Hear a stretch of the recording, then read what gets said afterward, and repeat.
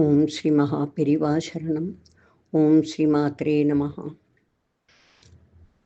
சதா பாலரூபாபி விக்னாத்ரி ஹந்த்ரி மகாதந்தி வக்த்ராபி பஞ்சாஸ்யமான்யா விதீந்திராதிமிருக்யா கணேசாபிதாமி விதத்தாம் ஸ்ரீயம் காபி கல்யாணமூர்த்திஹி.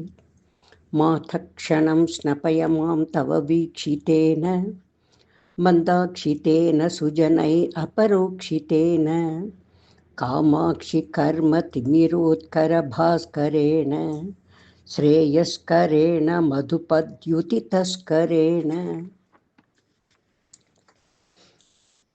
சதாசிவசமாரம்பாம் சங்கராச்சார்ய மத்யமாம் அஸ்மதாச்சார்ய பரியந்தாம் வந்தே குரு பரம்பராம். ஸ்ருதி ஸ்மிருதி புராணானாம் ஆலயம் கருணாலயம் நமாமி பகவத்பாதம் சங்கரம் லோகசங்கரம். அபார கருணா சிந்தும் ஞானதம் சாந்தரூபிணம் ஸ்ரீசந்திரசேகர குரும் பிரணமாமி முதான்வகம். ஐங்கார ஹ்ரீங்கார ரகஸ்யயுக்த ஸ்ரீங்கார கூடார்த்த மகாவிபூஜ்ய ஓங்கார மர்ம பிரதிபாதினீभ्यां நமோ நம ஸ்ரீ குரு பாதுகாभ्याம். ஆதிசங்கர பகவத் பாதாளின் பாதாரவிந்தங்களை வணங்கி அவர் இயற்றிய அதிமேன்மையான கிரந்தமாகிய சௌந்தரிய லகரியை நாம் எல்லோரும் சேர்ந்து அனுபவிப்போம். உச்சரிப்பு குத்தம், சொல் குத்தம், பொருள் குத்தம் எல்லாவற்றையும் குழந்தைகளின் மழலை போல் எடுத்துக்கொண்டு நமக்கு அருள் வழி காட்டிட வேண்டும். அம்பாளின் கருணையால் லலிதா சஹஸ்ரநாமத்தை தொடர்ந்து அவளின் சௌந்தரியத்தை அறிய அனுபவிக்க வாய்ப்பு கொடுக்கும் தேவியின் திருப்பாதங்களை வணங்கலாம். தேவியின் பெருமையை இவ்வளவுதான் என்று வர்ணிக்க முடியாது.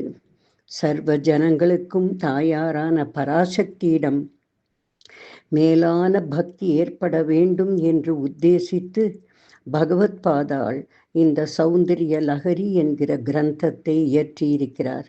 இதை படிப்பவர்களுக்கு சகல அனுகிரகத்தையும் கொடுக்கிறாள்.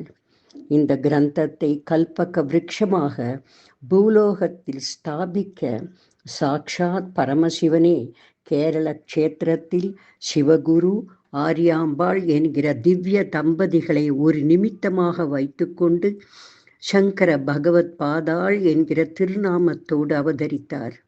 இதில் உள்ள ஒவ்வொரு ஸ்லோகத்தையும் படித்து தேவியை சந்தோஷிக்க செய்பவர்களுக்கு சர்வ சௌக்கியமும் ஏற்படும் என்பதில் சிறிதும் சந்தேகம் இல்லை. ரோக நிவர்த்தி, தோஷ நிவர்த்தி, அபமிருத்யு நிவர்த்தி உண்டாகும். சகல இஷ்ட பூர்த்தி ஏற்படும். சௌபாகியம் கூடினவர்களாக ஆகிறார்கள். பிரம்ம வித்யா ரூபிணியான பராசக்தியின் பரதத்துவத்தை போதிக்கின்ற இந்த கிரந்தத்தை பாராயணம் செய்வதால் தேவி நேரில் ஆவிர்பவித்து தரிசனம் தருகிறாள். நம் ஜென்ம சாப்பல்யத்தையும் அடைய வைக்கிறாள். சௌந்தரிய லஹரி என்கிற இந்த திவ்ய கிரந்தத்தை அனுபவிப்போம். பூமௌ ஸ்கலித பாதானாம் பூமிரேவாவலம்பனம் த்வயி ஜாதா பராதானம் த்வமேவ சரணம் சிவே. முதல் ஸ்லோகத்தை பார்ப்போம். சிவசக்தியா யுக்தோ யதி பவதி சக்தஹ பிரபவித்தும் ந சேதேவம் தேவோ ந கலு குஷலः ஸ்பந்தித்துமபி அத்தஸ்த்வாம் ஆராத்யாம் ஹரிஹர விரிஞ்சாதிபிரபி பிரணந்தும் ஸ்தோத்தும் வா கதம் அக்ருத புண்ணியः பிரபவதி. இந்த ஸ்லோகத்தின் கருத்து பூர்வ புண்ணியம் இருந்தால்தான் தேவியை ஸ்துதிக்கும் பாக்கியம் கிடைக்கும் என்பதாகும். முதல் வரி, சிவசக்தியா யுக்தோ யதி பவதி சக்தஹ பிரபவித்தும். ஹே தாயே, பரமசிவன் பராசக்தியாகிய உன்னுடன் சேர்ந்து இருப்பாரேயானால் சிருஷ்டி ஸ்திதி சம்ஹாரம் செய்யும் சாமர்த்தியம் கொண்டவராவார். நச்சே தேவம் தேவோ நகலு குஷல ஸ்பந்தித்துமபி. அப்படி உன்னோடு கூடியவராக இல்லாத பொழுது ஸ்பந்தித்துமபி அசைவதற்கு கூட நகலு பவதி சாமர்த்தியம் இருக்காது. அப்படி உன்னோடு கூடியவராக இல்லாத பொழுது அவருக்கு அசைவதற்கு கூட சாமர்த்தியம் இருக்காது. மூன்றாவது வரி, அத்தஸ்துவாம் ஆராத்யாம் ஹரிஹர விரிஞ்சாதி பிரபி. இந்த காரணத்தினால் விஷ்ணு, ருத்ரன், பிரம்மா இவர்களாலும் கூட பூஜிக்க தகுந்தவளான உன்னை ஆராதிக்கிறார்கள். பிரணந்தும் ஸ்தோத்தும் வா கதமகிருத புண்ணியः பிரபவதி. சென்ற ஜென்மாக்களில் மிகுந்த புண்ணியம் செய்யாதவன், அகிருத்த புண்ணியக புண்ணியம் செய்யாதவன் நமஸ்காரம் செய்யவோ ஸ்துதிப்பதற்கோ எப்படி அருகதை பெறுவான்? கதம் பிரபவதி, அவனுக்கு எப்படி அருகதை ஏற்படும்? ஆக பராசக்தியின் சம்பந்தம் இல்லாவிட்டால் பரமசிவனால் கூட எந்த காரியத்தையும் செய்யும் சாமர்த்தியம் ஏற்படுவதில்லை. அப்படி இருக்க அநேக ஜென்மாக்களில் அளவிட முடியாத புண்ணியம் செய்தவர்களால் தான் தேவியின் பூஜையில், அவள் மகிமைகளை கூறும் கிரந்தங்களில் ஈடுபாடு வரும். அவளை உபாசிக்கும் பாக்கியம் கிடைக்கும். ஆகையால் அரிதான மானிட ஜென்மாவை அடைந்தவர்கள் தேவியை உபாசிக்க வேண்டியது அவசியமாகும் என்பதுதான் இந்த முதல் ஸ்லோகத்தின் அர்த்தமாகும். ஓம் தத் சத். இரண்டாவது ஸ்லோகம்.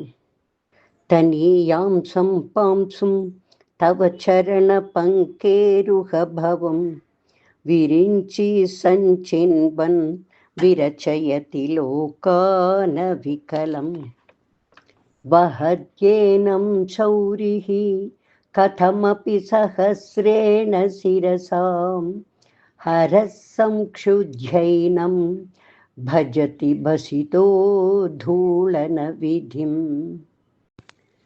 தனீயாம்சம் பாம்சும் தவ சரண பங்கேருகபவம்.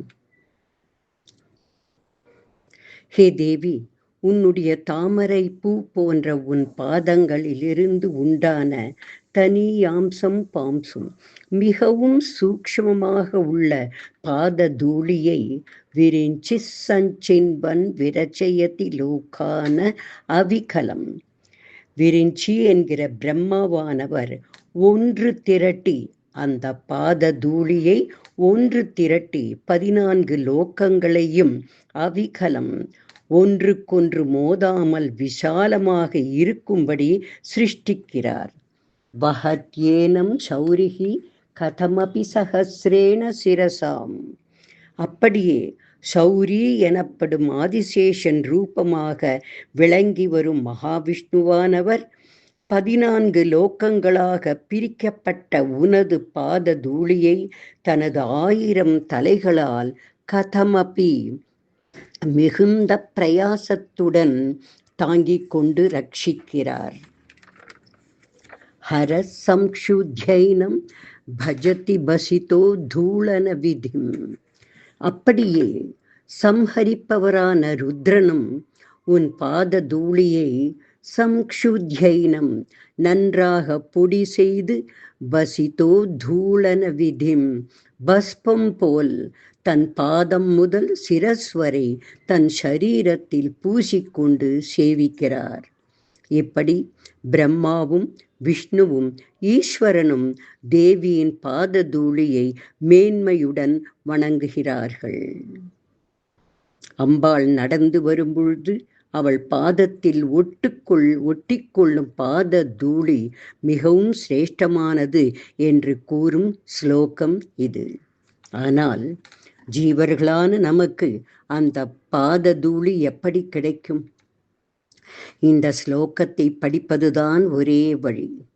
ஒரு மண்டலம் பூஜை செய்து 9 சுகாசினிகளை அழைத்து வஸ்திரம், ஆபரணம், தட்சிணை, அன்னம் அளித்து சந்தோஷமாக ஆராதித்து அனுப்பி வைக்க வேண்டும்.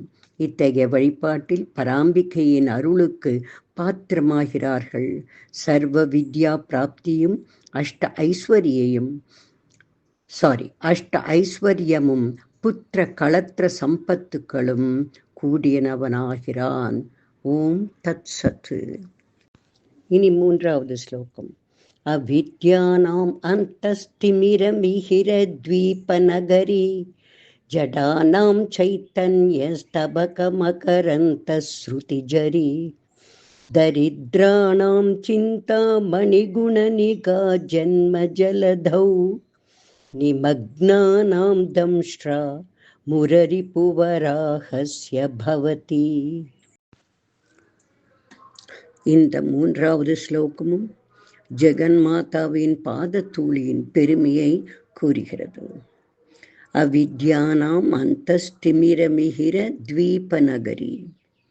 அஞ்ஞானிகளுக்கு, அதாவது ஆத்ம ஞானம் பெறாதவர்களுக்கு, அந்தஸ்திமிரமிஹிர த்வீபநகரி, கடலின் நடுவில் உதிக்கும் சூரியன் நகரத்தின் இருளை விலக்குவது போல அறியாமை என்கிற இருளை விலக்குவதாகவும், ஜடானாம் சைத்தன்ய ஸ்தபகமகரந்த ஸ்ருதிஜரி, மூட ஜனங்களுக்கு ஆத்மாவை பற்றிய ஞானத்தை கற்பக விருட்ச புஷ்பங்கள் அதன் மகரந்த தூளை மெல்ல பரப்புவது போல, ஞானத்தை மெல்ல புகட்டுவது போலவும், தரித்ராணாம் சிந்தாமணி குணநிகா ஜன்ம ஜலதௌ, ஏழைகளுக்கு சகல ஐஸ்வர்யத்தையும் அளிக்கும் சிந்தாமணி ரத்னக்கல் போல் விளங்கி வருகிறதாயும், ஜென்ம ஜலதௌ, பிறப்பு என்கிற கடலில் நிமக்னானாம், மேலே வர முடியாமல் மூழ்கிக் கொண்டிருக்கிறவர்களுக்கு தம்ஷ்ரா முரரிபுவராஹஸ்ய பவதி. பூமியை பாதாள லோகத்திற்கு ஹிரண்யாக்ஷசனால் மறைத்து வைக்கப்பட்ட பொழுது மகாவிஷ்ணு வராகமாக அவதரித்து தன் தெத்திப்பல் நுனியில் பூமியை மேலே ஏந்தி கொண்டு வந்து காப்பாற்றியது போல, தாயே, உன் பாததூளியானது மனிதர்களுக்கு ஞானத்தை அருளி மோட்சத்தை அருளுகிறது. இப்படி தேவியின் பாததூளியானது இருட்டை நீக்கும் சூரியனை போன்றது. கற்பக விருட்சத்தின் பூவின் மகரந்த தூள் காற்றில் மெல்ல பறந்து படர்வது போல மந்த புத்தி உடையவர்களுக்கு ஆத்ம ஞானம் மெல்ல மெல்ல போதிக்க கூடியதாயும், ஏழைகளுக்கு ஐஸ்வர்யங்களை தருவது போலவும், பிறவி என்கிற பெரும் கடலில் மூழ்கிய மனிதர்களை வராகமூர்த்தி பூமியை தன் தெத்திப்பற்களால் தூக்கி வந்து காப்பாற்றியது போலும் விளங்குகிறது தேவியின் திருப்பாத தூளிகள். அஞ்ஞானம், அறியாமை என்பது மாயையினால் மனிதர்கள் ஆத்மா என்றால் என்ன, பரமாத்மா என்பவர் யார், தான் எங்கிருந்து வந்தோம், ஈஸ்வரன் என்பவர் யார், ஈஸ்வரனுக்கும் ஆத்மாவிற்கும் என்ன சம்பந்தம் என்கிற தத்துவங்களை அறியாமல் உணராமல் இருப்பதையே அறியாமை என்றும் அஞ்ஞானம் என்றும் கூறப்படுகிறது. ஆக அம்பாளுடைய பாததூளியை தியானிப்பவர்களுக்கு மாயே என்கிற இருள் விலகி ஆத்ம ஞானம் கிடைக்கப் பெறுகிறார்கள். இந்த ஸ்லோகத்தை படிப்பவர்கள் ஸ்ரேயசையும் புகழையும் பெறுகிறார்கள். ஓம் தத் சத். ஓம் ஸ்ரீ மாத்ரே நமஹ. அதிமதுர சாபஹஸ்தாம் அபரிமிதா மோக பான சௌபாக்யாம் அருணாம் அதிசய கருணாம் அபிநவ குல சுந்தரீம் வந்தே. श्रीविद्याधीशरचितचूर्णिका श्रवणपठनानन्दितानां सम्प्राप्तित आयुरारोग्यसौन्दर्यविद्याबुद्धि पुत्रपौत्रकलत्रय ऐश्वर्यादिसकलसौख्यप्रदे श्रीत्रिभुवनेश्वरी श्रीमत्कमलाम्बिके पराशक्ते मातः नमस्ते नमस्ते नमस्ते। पाहि मां पाहि मां पाहि मां देवी तुभ्यं नमः।